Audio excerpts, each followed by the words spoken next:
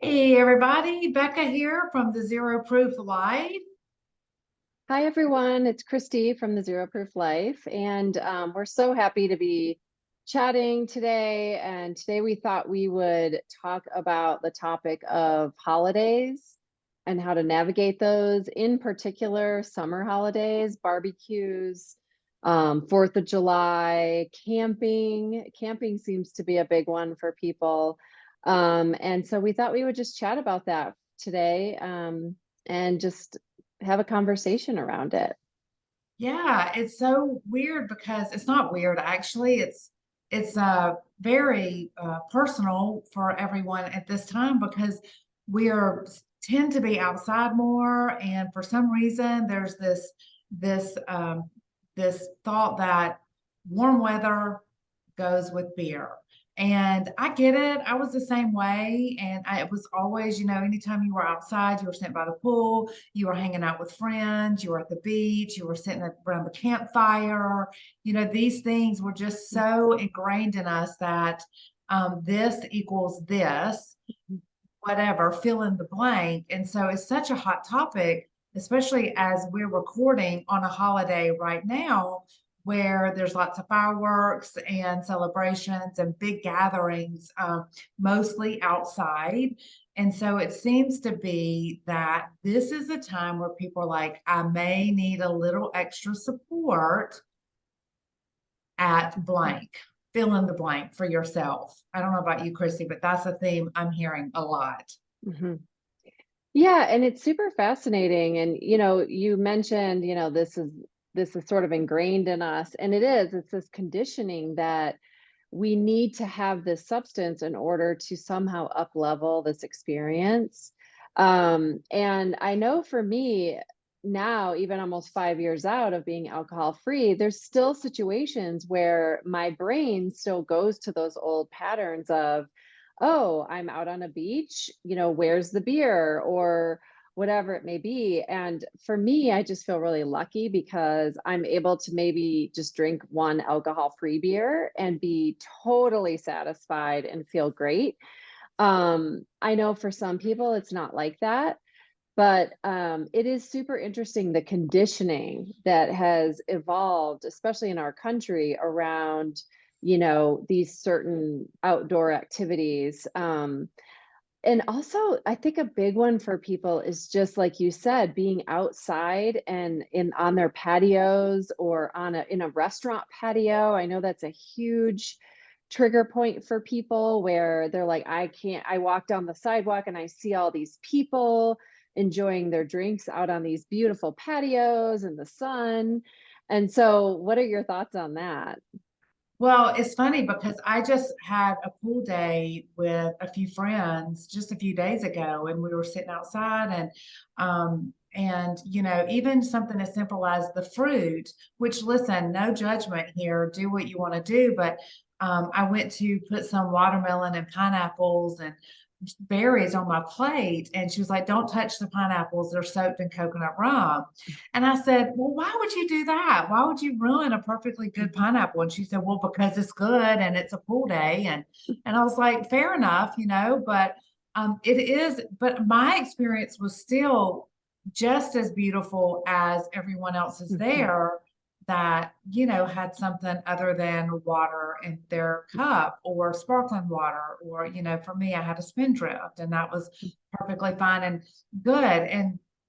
But I probably, in the beginning of my alcohol-free journey, that would have been more of a struggle. Mhm. And so I would love to know, like, can you remember the first time you were at a gathering where that would have always, like, I know you love music and concerts, like, what did that look like the first experience you had, or Mhm. the first holiday gathering, or outdoorsy summer hot thing you did? Like, what did you do in that instance?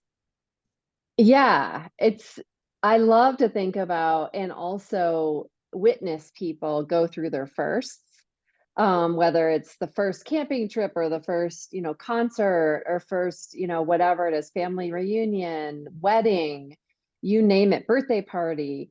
And I can vividly remember some of my first, some of them I actually was, I don't know if you'd call it lucky, but COVID hit shortly after I quit. And so I was able to sort of like kind of slink my way through certain things.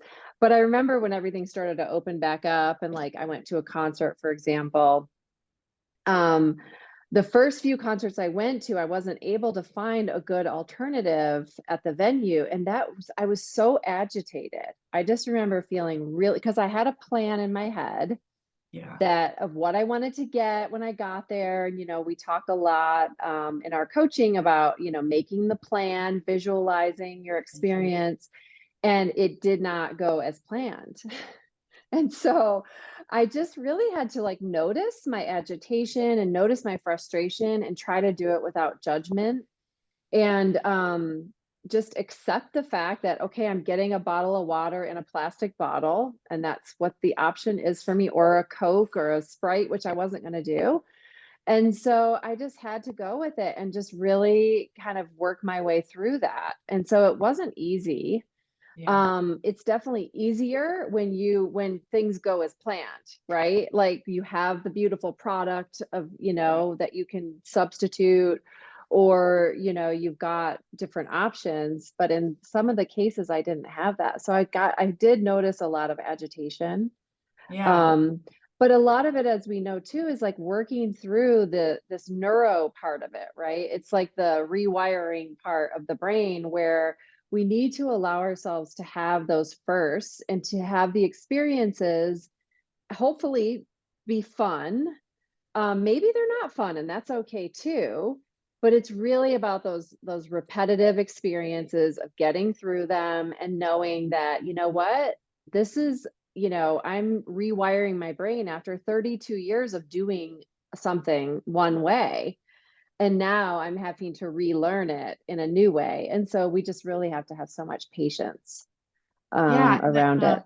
I would love, I can remember like so my first summer alcohol free, well, I quit drinking in late 2018, and I didn't know where this was all going, but I remember my first holiday season alcohol free, and I was super gung ho. And I remember being at a Christmas party, and it was so, I knew I wasn't going to drink, and I was in control of how that was going to look at that in that instance. But as you were talking, I was thinking back to how many times that I was starting to question my alcohol use, and I didn't have a plan. I was just like, I'm not going to drink. And as soon, like, I don't know, I want to give people some hope of like, as we teach in Zero Proof Life, that we try to, in many coaching programs, like to help people create a plan for themselves. But if you're in that spot where you don't have a plan, that's okay too. Like it all starts with that paying attention, like you're talking about, and that awareness of like, okay, so what am I feeling? Is like, I know I'm not going to drink, but then I did. So, because we didn't know that we needed to have a plan in the beginning, right? Hmm. It's like how many times did I drink thinking I wasn't going to drink? Right. Um, but yeah, it's so crazy, this Yeah. journey, right? And you just made me remember something because I quit also in late 2018 in mid-December. And so it was literally like 2 weeks before the holidays or 10 days. Mhm. And we were living in France at the time. That's why I kind of like the first 6 months alcohol free for me, I was actually in France. But I pretended to drink at that first holiday party. I carried around a glass of wine and I would just set it down because we were hosting. And I would just, because it was a very international crowd, and I just was not in the mood to try to be like, I'm not drinking. Uh-huh. So the funniest thing happened. I kept setting my drink down. People would be like, oh, can I get you something? Because they'd notice I didn't have anything. And I'd be like, oh, it's over there. I have to go grab it. I kept sort of, but the funniest thing happened. This woman came up to me. She was this British woman. And she said, can I tell you something? I still to this day don't understand why she chose me to say this to, but I kind of can understand it. But she said, I don't really drink, I just pretend. And she had a glass in her hand. And I was like, wait, what did you just say? She's like, I pretend. And I'm like, I'm pretending tonight. We laughed so hard. She's like, wait, what? I'm like, I'm also pretending. And Yes. oh, it was hilarious. You just Well, reminded and me. that's probably just what you needed to hear in that Yes, moment of like, yes. hey, you're not alone. And so for anybody out there Mhm, watching this, like we are here to tell you you are not alone. And it will always be weird until it's mhm, not. mhm, Um, and for sure it's always it's like Christy was just saying, it's that rewiring of the mhm, brain until you realize that, oh wait, this is possible. But those holidays, they're just always a little bit wonky mhm. in the beginning, like a baby giraffe, Yeah, trying to find yes. find their footing, So anyways, It is. Yeah. And it's also just keep in mind too, it's also that opportunity to really get to know yourself. And just as long as you kind of get curious, because what I discovered after I quit drinking was that I'm really an introvert and I never knew it. And part of the reason that I drank at, at holiday, like all the events, it would be the first thing I would walk in the door and scope out where was the bar, right? Like, yeah, where is the bar? I need to have something in my hand, this crutch to get me through all this small talk.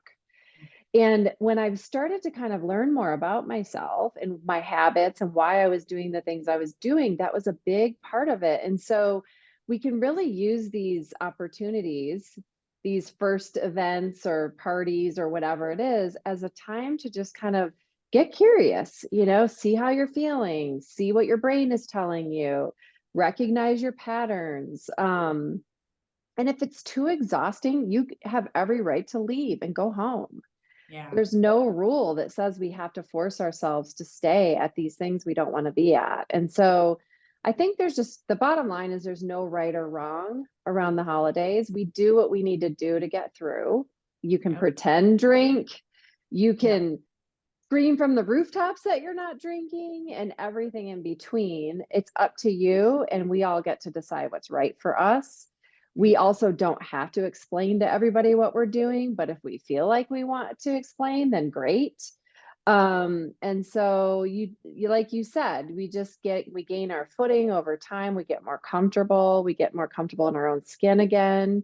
But just knowing that it just, it can take time and to get through all those firsts, um, and get those, those notches going, those repetitions, and just hang in there with the holidays for sure. But recognizing too that it is our conditioning. It's conditioning that we have always been taught that you go to this event, you drink, Yep. and it's not your fault. And yeah, so there's just a lot of opportunity for growth there. Oh, I love that so much. Well, Yeah. guys, let us know what you think down in the comments. Please like and share and subscribe.